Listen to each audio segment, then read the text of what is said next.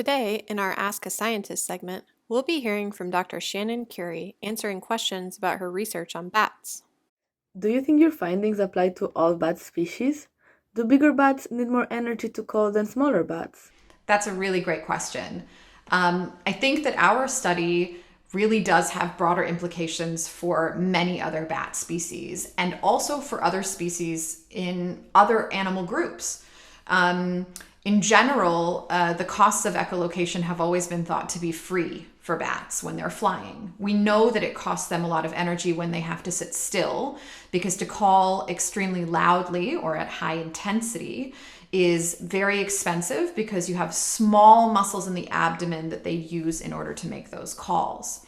But when bats are flying, they combine the action of the muscles in the abdomen with the action of the muscles that they use for flight to make that cost basically fall to nothing. And we found in our study that that was basically true, but only when the bats were calling fairly quietly. And when they call extremely loudly, then the costs start to increase. And we think that that is probably applicable to other bat species. The problem is it's very hard to record call intensity in any animal species. It requires a lot of very expensive and specialist equipment. And even then, it's more difficult to record metabolic rate at the same time when animals are calling. So that's why our study was kind of special.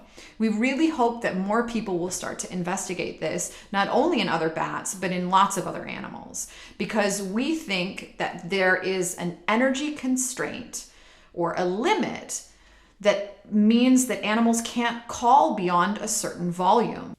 So in that way, I guess bigger bats may not necessarily need more energy than small bats to produce sounds at a specific volume. But we know that other aspects of their echolocation calls, like the frequency or pitch, do change with the size of the animal. So bats that are bigger sometimes have lower frequency calls than bats that are smaller. And the energy required to change the frequency is also something we don't know anything about. So it would be really interesting if people could conduct studies in the future that can take a look at how the frequency of a call relates to the energy that is needed. To find out more about Dr. Curie's research on bats, check out the article adapted by Science Journal for Kids titled, "Why Do Bats Need More Food to Call Louder?"